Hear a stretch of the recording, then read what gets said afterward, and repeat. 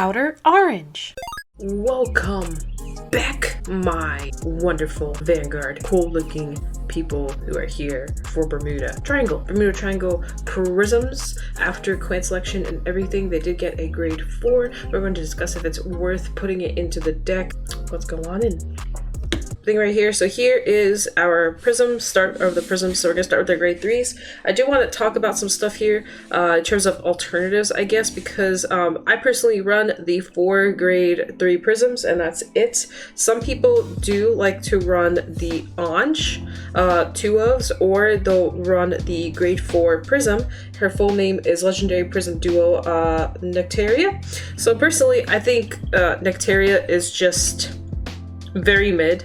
I think if you ride her on Van, and then if you have another prism onto the side, she's not too bad. But getting this con like perfectly isn't very often, because you would have to run like 4 copies of her to really fully see the thing. I also like that her skill lets you bind herself from hand, and then you can search a normal unit and bind it, and I think that's just really good for like deck thinning.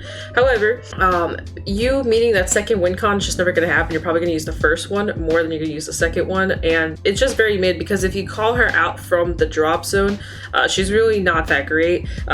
She has a 10k that she can get as a rear guard, but she doesn't get the crit or the drive unless she's on Van. So like as a Vanguard, it's not bad. A triple drive with a crit and 10k, very MOB, but unfortunately as everything else about her, she's kind of mid. I will admit running Ange is not a bad idea. I think Ange is a really good secondary, as she does what Prisms does, but a little bit differently. She lets you bring back normal units and then get another force marker. Rather you ride her first or ride her last. I think she will do good for the deck. So if you think you want to run your Anges, I don't disagree with you. I personally like having more of a toolbox utility thing going on in case things go wrong. So I'd rather not rely on that counter blast and have other options. So we'll talk about that here in a little bit. Anyway, so we run 4 of the prisms, Prism Vert specifically. So Prism Vert, pretty much her skill is when she attacks, you counter blast. Very similar to some of the other cards that have come out in Twinkle Melody. Once she attacks, you counter blast. You bring back the front 2 units, whatever your front 2 units are. You bring it back to hand to then call back 2 more units. If your opponent's on grade 3, you call 2 different prism units. If your opponent's not on grade 3, you call 1. That's pretty much her main skill. Her other skill is you Soul Blast. Once per turn, you bind a card prism from either your rear guard or drop zone, and she gains an extra drive. So this is really nice, because chances are you'll have a prism in soul that you'll then soul blast out to then actually bind the same prism you soul blasted out, or vice versa, you already have some here just because your opponents either knock them out or you'll intercept with them, or you'll guard with them, and you'll see them here. So I really like the drop zone ability that they kind of bring to the board. So pretty nice. I kind of like that aspect of it. You run a 1/4 Weaselots. I think Weaselot in this deck in particular is probably at its strongest at the moment. I think other decks just don't push it as far as Weaselot does in this deck, mainly because Aqua exists and Prism exists, and we'll talk about that here in a sec. So Weaselot's skill is look at top card, place it down onto the board, or like in terms of rear guard, or you put it into soul, kind of like that.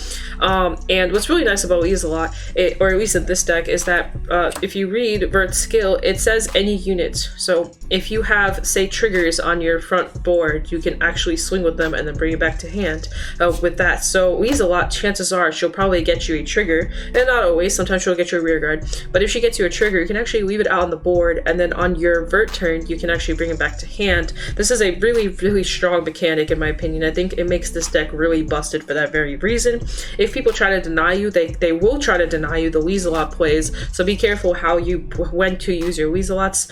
Sometimes I'll go, if I'm going first, I'll put the Weaselot down, activate the skill, and put the other rear guard down on the other side, and kind of set up my board like this, so then next turn I can do stuff so my opponent doesn't try and kill off my Weaselot. That's something you can do on your first grade 1 turn. You can also go ham on your grade 2 turn, put her down, put your board down, go crazy. Just keep in mind how you do it and when you do it and what kind of matchups you are facing, because people will try to snipe it off, as people are aware now that that's kind of the big strat behind Prism. And I put it to the side because Weaselot is kind of the engine that makes this just better with the Aquas. So here we have Top Idol Aqua. So Top Idol Aqua's skill is very, very nice. I like this skill. It can't be utilized as well in every deck, but pretty much just during your turn she gets 5k if something is behind her, essentially Old Harmony. If you guys played Premium, you'll know exactly what this card is. It doesn't say Harmony in it, but it's pretty much what it's doing. And then her second skill is when placed, return a rear guard from your return another rear guard, has to be a normal unit, to hand, to then draw a card, discard a card. So this lets you kind of get through your deck a little bit faster. Very strong card on top of the fact that she gets 5k in her own. Her biggest thing that you can do with her is, again, like I mentioned, the Weasel-Lot play. So if you're on grade 1 here and you play your Weasel-Lot and then you get something else on this side, then you play this card, bring that Weasel-Lot back, draw a card, and discard. So you can reuse Weasel-Lot's skill if she's back here if you're going first. If you're going second, I still personally would recommend putting Weasel-Lot in the back and just setting up your board and getting it ready. It's not smart to put your Weasel-Lot here unless you're trying to go for the rush play. If you're trying to push your opponent as quickly as possible, then yes, put her here. If you know that there's no point in rushing your opponent, as counterblasts on grade 2 are really, really important right now, you may want to put her back here and do whatever you need to do. Then use Aqua's skill to bring her back and just go through the engine all over again. Very, very, very good approach, personally. 4 of the Prism Image Rosa. Her skill is very simple. Her first skill is when placed, counterblast 1. It is a Vanguard rear skill. Look at top 7, and you pretty much get 2 prisms out, and you put up to 1 into your bind zone and up to 1 into your hand. So if you have 2, 1 goes into bind zone, 1 goes into hand. And then if you don't, then you just put either one into the bind zone or hand, you choose. And pretty much that's the deck. She just searches. And then out of bind zone, so she's binded. If you bring her out, she gives the whole board, the whole front row 10k. Very nice, very good push. She's definitely the pick you want to go for when you're on your first grade 3 ride. If you're going second and then you want to push for the grade 1 and the grade 2. But yeah, she just gives a lot of power. Also, she searches. That counterblast is really nice. That the counterblast to search for 2 cards is just really nice. It really starts your engine going. Next, we have our grade 1s. So we are starting with Prism Image Clear. It pretty much does the same thing, except she's a Vanguard skill and she has no counterblast. So her skill also says when placed, you look at top 7 for a grade 2 or greater prism. So that's kind of where putting like stuff like this in isn't too bad, because it gives you more targets, as it does say grade 2 or greater, which means you can only search for grade 2s and grade 3s if you don't run the grade 4. It is a Vanguard only skill, so you won't use this after pretty much after your first turn. This card for the search isn't used. That's why I think it's not really that necessary to put the grade 4 in, but that's just another thing. Her bind zone skill is when she is grabbed from the bind zone to the board, you bind another prism, if I'm not mistaken. You bind a prism and its card name from your drop zone to draw a card, and then she specifically gets 10k. So pretty much what's nice about this is that she gains 10k and you get to draw, so it's just a nice way to draw. So in case you think you need to draw and you feel like your hand's just kind of low, you can actually put this first instead of the grade 2. It's kind of your options. You can go for the power push, like you can have like the bigger board, like in terms of power, or you can go for the draw and put her out instead. Keep in mind that if you put her out, she can't intercept. That's kind of like just something to note. For Ellie has definitely become a card I really like in general. She's starting to go back up in price. She used to be kind of cheap and now she's getting back up there.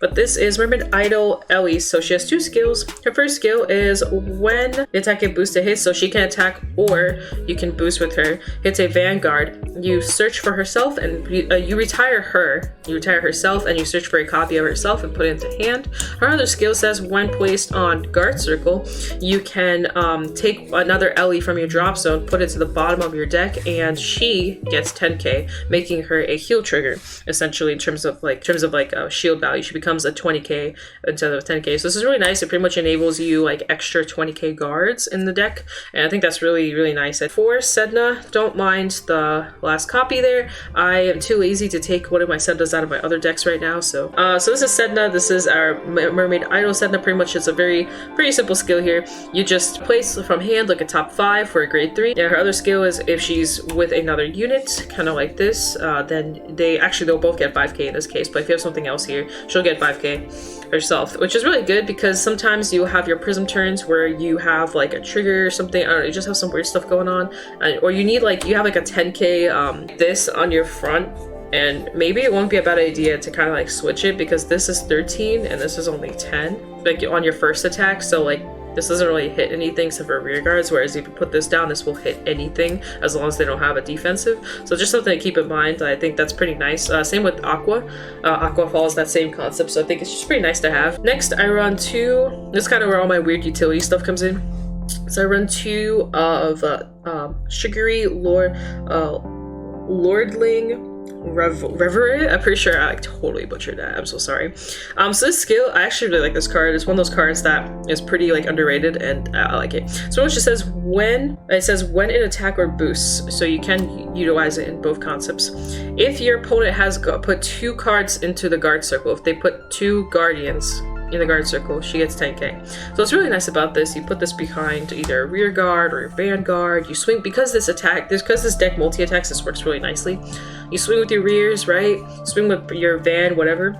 Eventually your opponent's gonna guard. So when they do, this whatever these columns are, they're gonna go up.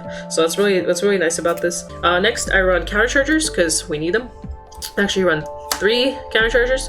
Well, 2, but you know, 3 cards of counterchargers. So this is the first one. This is Self-Management Relentless. So it says at the end of the battle, it boosted Vanguard. If you have no face-up damage, pretty much Knife Juggler or Knife Dancer, whatever he's called in Pale Moon, you retire herself and you countercharge. So what I like about this card is early on, say you have like a grade 2 Prism that you just used and you just happen to have this in your hand, you can pop this off the board, you know, and get a countercharge, get your counterblast back. So in case your opponent tries to counterblast deny you, they now can't. Another thing what I like about this card is that it retires itself. So if you want to put something better, like any of these grade 1s, if you want to put them, except her because she's kind of more of a bind zone thing, but any of these grade 1s, if you prefer to put those over her, you can, because she self-retires. So I like this self-retiring thing because you will have a pretty fat hand. Regardless of what your opponent does, your hand will be pretty large. So there will come a point where there won't be enough like board space.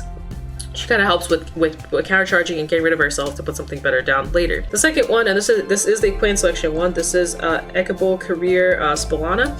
So Spiana is really nice too. You can actually reuse her skill if you do it really well. And it won't always happen, just keep in mind. But with Top Idol Aqua, you can do it. So pretty much her skill says, when placed, you may return a card with the same card name as the grade 3 card on your Vanguard or rear guard. If you do, you countercharge and you shuffle. You turn to deck and you shuffle. So what's really nice about this, your Prism, your Aqua's in your hand right now. So your Aqua's right here in your hand. You place her down. Well, you have to have also, yeah. Say you have, this is your drop zone right here. So this is your drop zone. So you place her down. The skill says take a grade 3, put it to the bottom of your deck. Here it is, and then you countercharge or whatever. So you countercharge, and then you can use Aqua skill. So you place Aqua wherever you want. Bring this card back to hand. Now wait, do this skill first. It says Soul Blast a Prism. So you Soul Blast the grade 3, and you do whatever. You get your extra drive, you bind, whatever it is you want to do. Then you place her down again. And then you can use the skill again and countercharge a second time. So that is something that you can do just because. So you just countercharge twice. So your opponent, say you're at 4 damage, you have 4 closed damage, meaning no open damage at all. Like say you have like just pretty much something like this is your damage. Your opponent's like, haha, they're not gonna be able to do anything. Look at that, they need 1 counterblast to multi-attack, they need 1 counterblast to search for things. And then you just do this move and boom, you have 2 open counterblasts again and you're ready to rumble. Go ahead and discuss the triggers. So for the triggers, we got our 4 draw, 4 heal, some crits, some more crits. So this is kind of like pretty standard. 8 crit, 4 heal, 4 draw. I'm still debating on how much draw I want. I think the draw is super nice, but it does give you that potential to deck out. Keep in mind of your deck. Like my deck is always extremely low whenever I finish a game. It's usually around like 7 to 8 cards. So just keep in mind if it's a slower deck, a deck that can perfect guard every single turn or do whatever, you may come across an issue. In that case, to get rid of that issue, just literally take one of these and make it a crit trigger. That's my solution. I don't really have another solution, but just do that. Or, you know, don't Soul Blast to get the extra triple drive or whatever it is you could do. You can work around not drawing, but the deck does draw quite a lot. So just keep mindful of that. Keep mindful of how much you weasel a lot, all that stuff, because if you do it too much, you will noticing that you're kind of getting close to decking out. The good part about it is that you'll see your cards like really fast. Like chances are you'll see your entire deck at some point, which is good. You want to see your entire deck. But yeah. So that's our triggers. And then of course you want a starter, you want a quick shield. Let me talk about my deck box. So this is the deck box that I'm using for my Prisms. I don't know what this character is. If anyone does, please feel free to tell me. I vaguely remember her. I just can't seem to remember where she's from. Somebody actually gave me this deck box. Very nice of them. Well, they didn't give it to me. I did pay for it, but I paid for it pretty cheap. For the person knows who they are. Nora, Princess, and the Stray Cats. That's what this is from. This looks really cute. This looks like it's one of those. It looks like a visual novel, but I don't really know. We're gonna pretend this is Force 1. We'll pretend. Yeah. Oh, that looks weird. Anyway, you want to go Force 1. Force 1 just usually be just a better approach, as the deck doesn't ramp up in power that quickly. Your Vanguard usually will if you put all your force markers on there, but your rear guards will not. So Force 1 is good if you want to put them on your rear guards and all that stuff. Force 2, I don't think is a good route. I haven't playtested with it too much, to be honest with you, so I don't know how good or bad it is, but it doesn't sound very good. If you put on your rear guards, it sounds like a bad idea. You would have to put it on Van like every single time or something like that, or you would have to run rear guards that gain power, which they don't until after you attack with Vanguard. So just something to keep in mind. I think Force 1 is definitely the play. Force 2 is kind of meh. And then I do want to talk about something kind of important. It's called Counterblast Denial. So we are currently in a kind of like a field of VPremium where the grade 2 turn is insanely important for almost every deck, including this one. So I say that, so if you have faced Dudley's yet, any DI deck, honestly, Grand Blue, I'm thinking these are decks I'm thinking off the top of my head. Most Bermuda decks, when it is almost your opponent's grade 2 turn. So if your opponent is about to go on their grade 2 turn, if you give them a counterblast, you're kind of screwing yourself. So the best approach to do is when you are on your grade 1 turn, it is ideal to just not swing. I know it sounds kind of lame, but you may not want to swing, because if you face something like Spike Brothers, for instance, with one counterblast with their Dudleys, they can have an entire board. On top of the fact that they're deck thinning, they're getting grade 3s out, they're getting grade 1s out, they have the girl Rona, but they also have a Dudley that also searches for things, and to the Dudley countercharges. So literally for one counterblast, they can do way too much. Angel Feather is another good example. Ride, you get your counterblast, right? You search, you took a top 7, you find your prisms, you bind stuff, you already start a board, right? So even against prisms, you don't want to give them a counterblast. In any deck, you really, unless the deck does not rely on counterblast, which there are a few. Another example is Gear Chronicle. Gear Chronicle is very, very good with this AK counterblast stuff. So there are a lot of the meta decks. I think even Link Joker also has a grade 2 that counterblast does something. So you might want to avoid that grade 2 pop off and just not swing. So if you avoid the grade 2 pop off, your opponent won't be able to do anything on their grade 2, and they're just gonna raw swing, which, you know what that does for you? You're on grade 1, right? They're on grade 2. So they're gonna swing on the other side, right? They're swinging on the other side, giving you a counterblast. And then when it's your turn, you ride your whatever grade 2 you need, and now you have the counterblast. They may understand and they may not, but chances are they'll actually swing at you. Don't give it to your opponent. I don't recommend it. Their grade 2 turn actually matters now. So just something to note. So yeah, that is the Prism deck profile. I hope you guys enjoyed it. I like the deck. I think it's fun. It's not my favorite Bermuda deck, but it's really, really strong. It's been fun. I'll see you guys in a future video and all that fun stuff. You know, do the usual, like, subscribe. Peace out. До свидания. Until next time. Bye.